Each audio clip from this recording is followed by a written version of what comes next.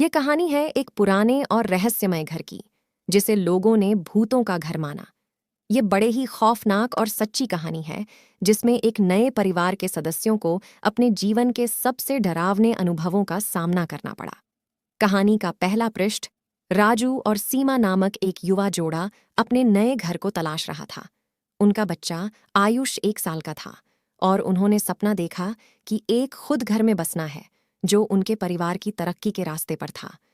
एक दिन उन्होंने एक बड़े ही रहस्यमय और खुदाई घर की खोज की, जिसे स्थानीय लोगों ने भूतिया मकान कहा। घर का माहौल अच्छा था, लेकिन उसमें कुछ अजीब बातें थीं। सीमा और राजू ने यह नहीं जानते थे कि वे इस घर में कैसे प्रवेश करने वाले हैं और वे अपने सपने को पूरा करने के लिए इस समय किस प्रकार के खतरों का सामना करने वाले हैं। दूसरा पृष्ठ। भूतिया मकान में जाने के बाद उनका पहला अनुभव अजीब था। रात के समय उन्होंने अनगिनत आवाजें सुनी, जैसे कोई वहां छवि बनाने के लिए काम कर रहा हो। वे अपने बच्चे को सुलाने की कोशिश करते रहे, लेकिन उन्होंने महसूस किया कि उनका घर जीवन कुछ और ही है।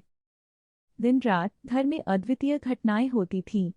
उनकी चीखें सुनाई देती थी, लेकिन वे देखते नहीं थे किससे।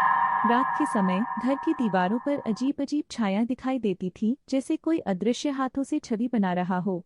तीसरा पृष्ठ।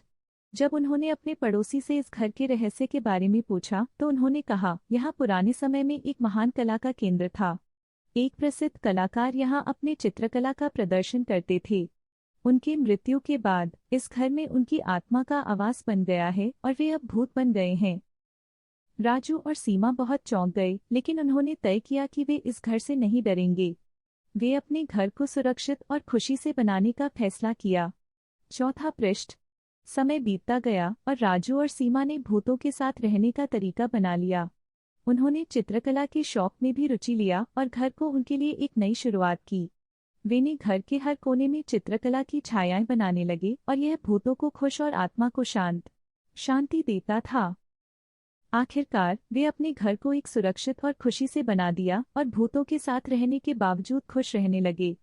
घर के रहस्यमय माहौल का उनके लिए एक अनूठा अनुभव बन गया था, जिसने उनके जीवन को और भी रोमांचक बना दिया।